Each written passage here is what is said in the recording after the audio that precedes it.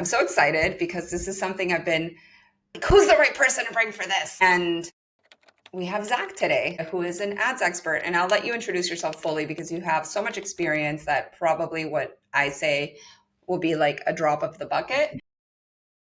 Like ads have changed my business. Like as much as I'm very active on social media, I'm active in the real world, which still counts.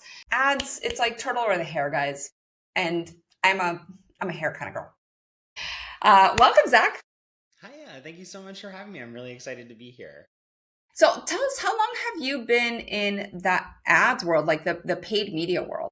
Yeah, so I've been in paid media running ads since about 2014, and I've been managing them either for people or through programs, memberships, education for about a decade. Yeah, that's amazing. And what got you into, because I worked in marketing, I worked in advertising, but I never was in like that realm. That was like my coworkers. I was in more in the creative. So what got you into wanting to do ads? Yeah. I'm honestly just a big marketing nerd. It's funny because my undergraduate degree is in exercise science. I was like, I'm going to get into public health or therapy or something. And I did try, and it's not for me. But along the way, I was just playing with a bunch of different things. And I had a blog at the time that was all around like vegan, plant based food. And I started running ads to it and fell in love with the ad side of things. And from there, it just really snowballed to where it is today.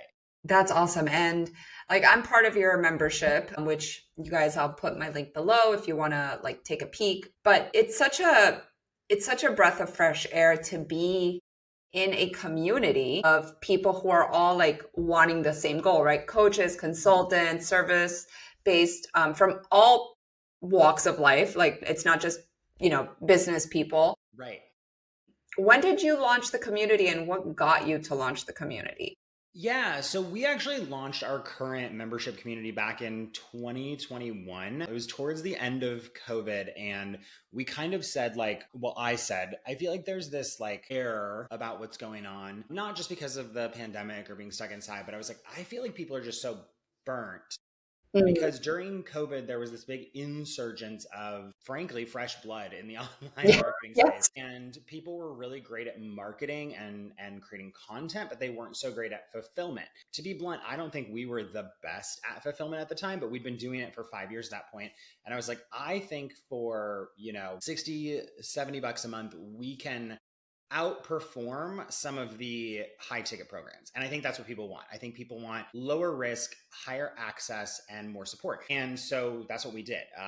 And is a little egotistical in retrospect, but we called it Not Your Average Membership because I was like, I don't want this to just be same, same. I don't want people to feel like they come in, maybe they get on a call once a month, in between they don't hear anything. Yes. And it's really evolved to this place where we have, somebody in the background that's managing the community. We get like a spreadsheet every day of everyone who needs support. We've subcontracted a copywriter and an ads person that are in there to support the community with me. I'm in there every day. We do 4 live calls a month. Like it's really just this robust thing that's grown over time as like we just saw this gap in the marketplace of like there's not really good ads centralized support at a price point that people can afford. You basically have like $2,000 programs that Yes. run for 8 weeks, and then it's kind of like figure it out. You pay $300 a month to be in a community that is very low touch, has been my experience in a lot of ways, or you hire an agency. And I was like, we That's saw a like gap in the for, market and seized it, and it's been really incredible ever since. yeah. And, it's funny that you say that like egotistical. So I used to run a lot of like yoga certifications, yoga teacher trainings. And one of my trainings was called the not basic training. So I got you. Yeah, because like we did different things and we did them in a unique way. And that it really attracted people. But I agree with you. Like, I've been in the online space for close to a decade now, doing coaching. I have a lot of courses. And that's what happens. Like you go into these huge programs, which are great. And I've been in some and I love them. They, changed my life. And you have the ad support, but it's not ad specific. And I think when people are at a certain level where they've plateaued a bit, I remember one of my bosses when I used to work in advertising, he said, you don't market when you need clients, you market when you're busy. Yes. And we're going to get into a little bit of talk about, budget. Like, I have no money. Where do you want me to pull money out of to run ads? They cost money. They're so expensive. And yes and no. So, but this place where you're in these big expensive experiences, and because you're being taught so many things at the same time, like build your funnel, create your copy, do this, that like ads almost become the backseat, Yes. and you're more in like creation mode. And so something that, I love to tell my clients is running your business online primarily without putting a little bit of speed into the engine through paid media, um, you're going to wait so much longer.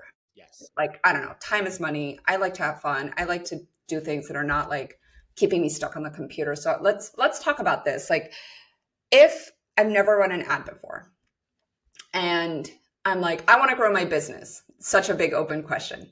What would you say though? It's like maybe like a ABC. Yeah. Yeah, great question. I think number one is before you even run an ad, you need to get clear on ultimately why are you running the ad.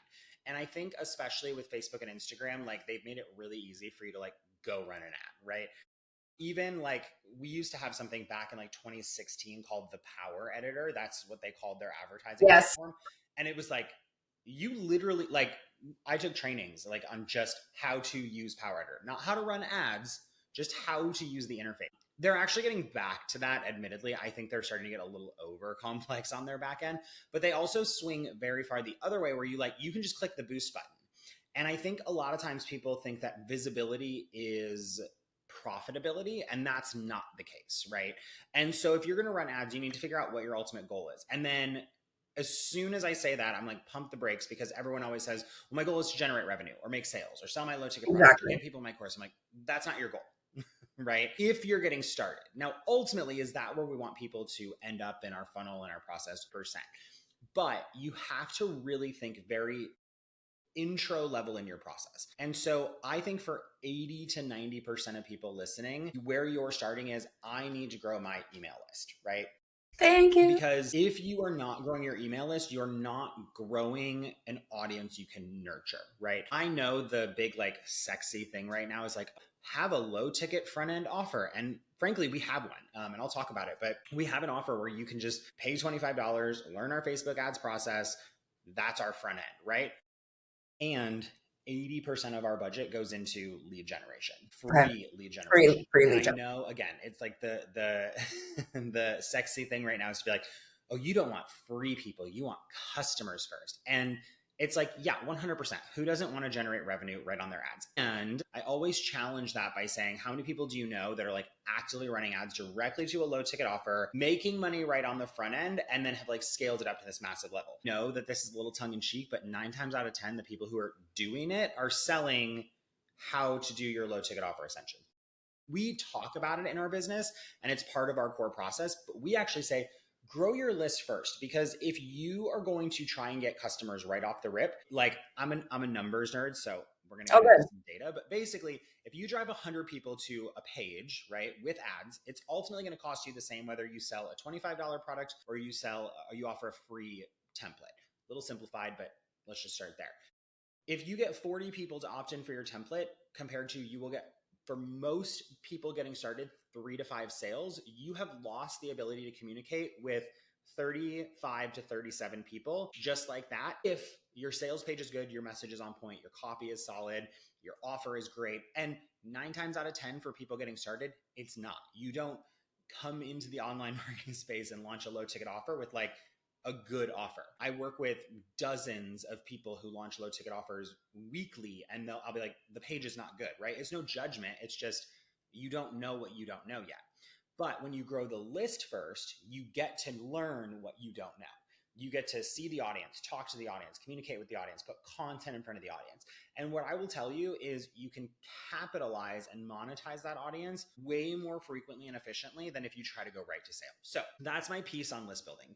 But what you would want to do first in terms of like advertising is put $10 to $20 a day out there and just grow the list. And if you're going to do that, please do 2 things for me. Number one, have a really simple onboarding sequence. I think people get really tripped up in this and they think, oh, I need this complicated email funnel sequence. Our most robust email sequence is 11 emails long. Like literally, that is our longest sequence right now. We start every sequence that we do at 5 emails: a welcome email, piece of content, a low ticket offer, another piece of content, and another and the low ticket offer again, where we start. That's number one. Number two, don't grow the list if you're not going to email it. That's harsh, but I'm just going to be blunt. If you're not going to email the list, it's a total waste of your time to advertise, right? Yeah, and I email my list probably 3 to 5 times a week, which is a lot. Full Mhm. disclosure, that's a lot. Just be willing to email once a week. And especially for the people listening to this show, like we are personal brands in some capacity. People get really tripped up and they think, I've got to sell something every week, or I've got to put people into this funnel or this webinar. It's like, just write. I have a buddy, Cody Birch. We're internet acquaintances, but I always say he's my buddy because he does really good work. And he talks about storytelling. And it's like anything can go into an email. As trivial as it is, Cody Birch, check him out. I know I'm like promoting somebody else on the podcast, but really good dude. And what I love about it is he has sent an email to his list every day for like, I want to say 5 years, which is, or 3.5 to somewhere between 3 and 5 years. But the caveat, or what's so cool about it, is he just tells a story every day. Yeah. And your story can be as simple as, I found a penny on the ground. Here's what it taught me. It can be as direct as, like for my business, I ran ads and I grew my email list today. But you really want to get in the habit of frequently emailing that list, because fast forward, once you're running these ads every day and the list is growing every day and they're going through the sequence every day, now you always have the opportunity to send an email that makes money. We joke in our business that's like, if we're sending an email that's not purely nurture, which I do from time to time, we're making money. Like that's, it's like, if I'm sending an email, I'm getting paid for that time because we're generating sales on that email. And that, comes in time and product suite and things like that. But at its foundational core, if you're going to run ads, grow your email list to start. Everything else can come second. I truly believe that, because once you have the list, you have an asset that you can market to, sell to, go back and run ads to again. Exactly. But if you try to make money right off advertising, what I find people do 99 times out of 100 is they spend $300 to $1,000. They lose money, they get a few customers, and then they go, ads don't work for me. And they're playing the short, instantaneous slot machine style advertising game that is really does not work for 90% of people. Yeah, no, it's really interesting because the complexity, right, of this world of like selling your services, your time, your information. You have so many people telling you that like what you're doing is wrong and that this is the way. And then you have other people being like, all those things don't work. Stop doing that. Use my way.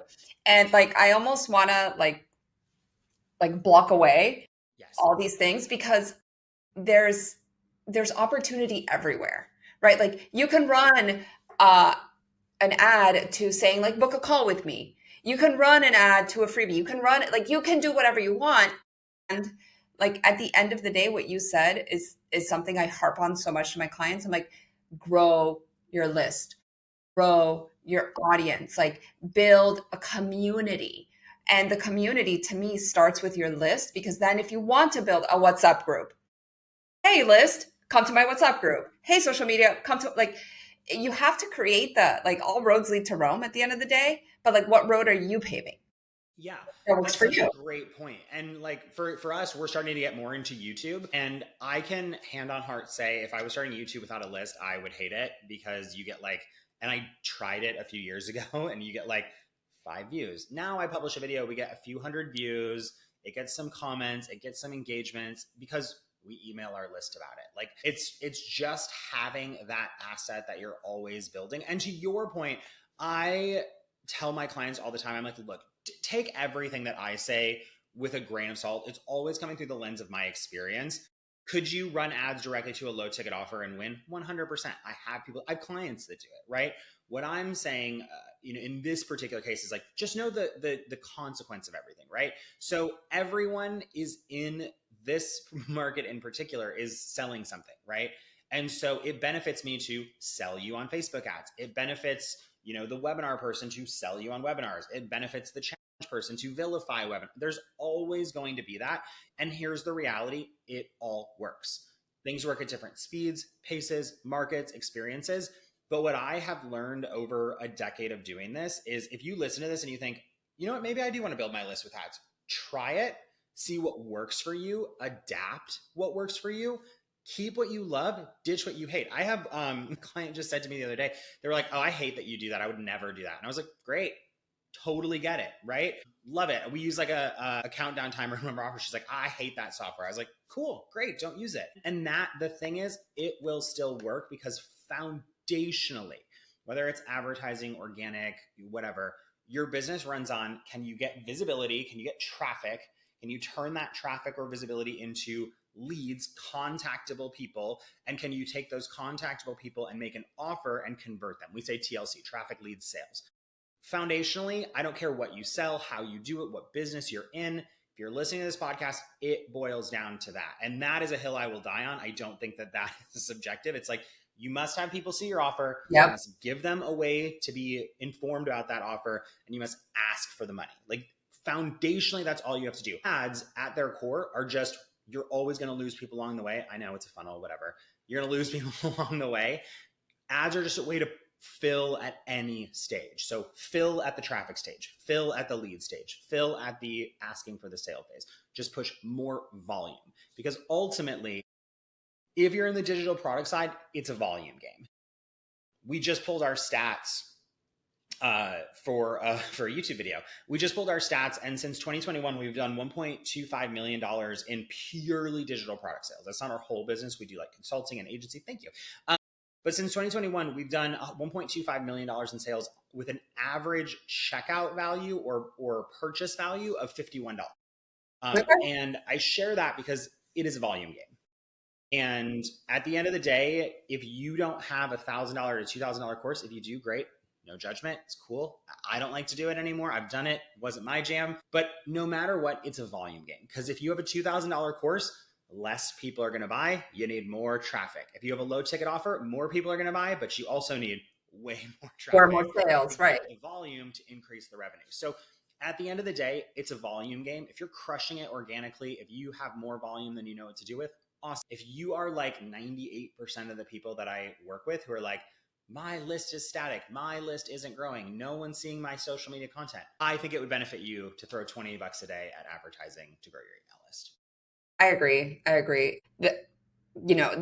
I tell people, business is math. Yes. And, if you don't want to look at it that way, then it's a hobby, because your business should be bringing you revenue, which all about that life as well. Like, do what you love.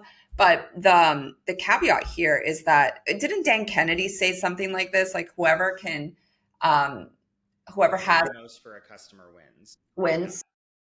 And it's true. Like, at the end of the day, it's true. If you're like, oh, I really need to generate some sales and I'm going to be stingy, bad word, but whatever, it's the word that came out. I'm going to be stingy about my marketing, then go out and hustle, like go. And I love like in-person workshops for the wellness world. So like, I just have a client right now who booked like 2 in-person workshops. And I'm like, great. And like, you're relying on external traffic. Like, you're relying on that studio or that place to book you. When you empower yourself and you're like, I know how to run a basic ad, right? A basic, like, go to this thing, click here, give me your email. Like, you're almost in charge, because now you're tweaking, right? You're like, why isn't this thing not working? Like, why aren't people opting in? Well, maybe it's your headline, maybe it's the picture. Like, you become responsible and like in charge of amping up, dialing down, and you can do it all from your pajamas. I mean, I don't like to work in my pajamas. I like to always look good, but you can. So I love that. So grow your list, number 1. Nurture, connect, and sell to your list. So for those of you listening, like, if the word sell makes you want to puke in your mouth a little bit, like, please just reconnect to that aspect. And it's funny, like, I find myself being like, I don't want to, like, it's having too many order bumps on my page. Like, I don't want people to think all I want is for them to pay me. And I'm like, yeah, but guys, like, my email marketing course that you're going to get for $17 might change your life. So there it is. If I don't present it to you, you're not going to be, automating your stuff. You're not going to have your nurture sequences like pre-written for you. Like, I'm just saying, don't be afraid to sell. Don't be afraid to sell. I went to this thing once. I don't know, I go to things all the time, right? Marketing things. And there was this gentleman who spoke, and he said something so good. He's like, my YouTube channel is not an information hub. They're commercials. He's like, every YouTube video I make is a commercial where I'm going to invite you to do something, to take an action, but ultimately is so that you hire me. Like, I'm not here to do this for fun. I go to the pool for fun. I was like, you on to something. And people that say these are the multiple Yeah.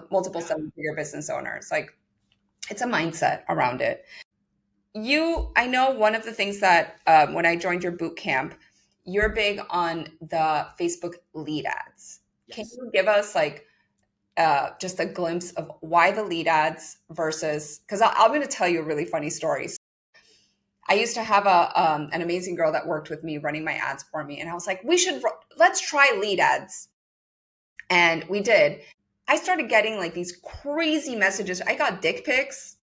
That was super fun. I was like, oh, and I was like, why am I getting dick pics? And she's like, we run to women. I was like, well, so I was so hesitant to do this, but for whatever reason, those things are not happening. And like my list is growing well. And because I have my funnel set up where there's opportunities to purchase, both on the sequence from the opt-in plus on the funnel, like I'm actually generating some sales as well. So yay. So tell us about lead ads and why you love them so much. Yeah. Well, lead ads at their foundational core, and some people call them instant form ads, lead form ads, on Facebook form ads. They're all the same thing. But basically, when you think of an ad traditionally, you click on it, it takes you to somebody's website. A lead form ad is rather than going to the website, it pops up an opt in form on On Facebook. Facebook. That's why I call them Facebook forms or lead forms. It pops up the form on Facebook. They put in their name and information. They agree to your privacy policy. And then on the last page, it says thank you. And they have the option to click to a next step, which can be a tripwire. It could be your Instagram profile. It could be your YouTube. It can be anything, right? And so what I really love about these ads is number one, they're cheaper. Like foundationally, they are just cheaper for two reasons. One, your Facebook, I believe, rewards you for running something where you don't force people to leave the platform. Facebook is all about time on platform because the more time you're on their platform, the more money they make through advertising. So you pay a little less because a lot of people think with ads you pay for the lead or the click. You just pay for the impression, or is what we call an impression, is like when the ad shows up on someone's feed, that costs money. Right? You are paying for the visibility, not the traffic, right? That is cheaper. Facebook charges you a lower rate. Second, more people, because it's built into Facebook's process that guess what? They know your email. And this is so crazy to me. Facebook knows my email when I opt into stuff, but it's not my Facebook login email. So Yeah, the yeah, hesitancy same I with got me. from a lot of people is they'll be like, well, my Facebook email is my it's my college email, which is like such a throwaway email. I don't even like people to see it. That email, it's so outdated. It's nothing bad. I'm just like, how you used to be like, cool chick 129 at Yeah, I was Gmail. gonna You know say what I like mean? vegan boy So anyway, 1930s. that never populates when I opt in, but it knows your best email because it knows your web behavior because of so many data points that Facebook has on us. But because it auto populates sometimes the best email for people, your opt in rates tend to be between 50 and 80%. We have some forms that convert at 90%. That is outside the norm. But a traditional landing page converts at 30 to 40%, ideally. So basically, it costs less to show the ad. It converts twice as frequently. If your cost is lower and your result is higher, your ultimate cost per lead is dramatically lower. Now, full disclosure, are the leads low quality? That's the big argument that people give me. In my experience, no. We build our entire business off of it. We don't run a lot of landing form ads or landing page ads where people go to our website on the front end of our business. Mm. We will for like webinars, live events, things like that, total rabbit hole to go down. But to amass cold leads, we use the forms. Yes, 10 to 30% of those leads will fall off your list, won't open, won't engage. So in a conventional sense, like it's really taken me a long time to come to terms with them. Like they're technically a little lower quality by volume, but not lower quality like that lead. The good lead is worse. But again, I'm a numbers nerd. If you're paying half as much to get more leads, but you're not getting half of those leads unsubscribing from your list, you're still netting a gain on that, right? And so ultimately, you pay less, you get more leads, you reach more people. And then on a less like mathematic economical side, you don't need the Facebook pixel, which people love because people get really tripped up by the pixel. It's essential, it's vital. You do not need it on first step. And two, because everything happens on Facebook, it is what we call retargetable traffic almost to 100%. which means as soon as someone fills out your form, you can run another ad to them to show them anything you want. Blogs, your YouTube channel, your tripwires, your low ticket offers, your high ticket offers, your upcoming webinar. And once somebody qualifies themselves as a lead, they're more likely to re-qualify themselves as a secondary lead and convert. So yeah, this is a soapbox I can be on forever, so I'll be quiet. But lead ads are just this secret sauce that we've been using because they work. They just plain work. They do require you to scrub your list probably every 3 to 6 months. So every 3 to 6 months, if I was being a good marketer, I would go in and like send a little sequence and warm people back up. I am the laziest marketer you will meet at my very core. And so I just go in and go, anyone who hasn't opened an email in 3 months or click delete. And I do that. And it makes it feel like a little bit of an uphill climb, but you know what? To me, it's worth it to keep the list healthy, happy, Yeah. and engaged. Yeah. I do the same. I just like, I leave my list as is because whatever. And then I just say only send to people who've opened in the last 90 days. And, it's party time then. Okay. So let's do a quick summary because we got super nerdy and we did granular and big picture. So big picture, let's see. Are you the good student? 1, grow your list and email them. Check. Okay. If you guys aren't doing that, please come talk to me.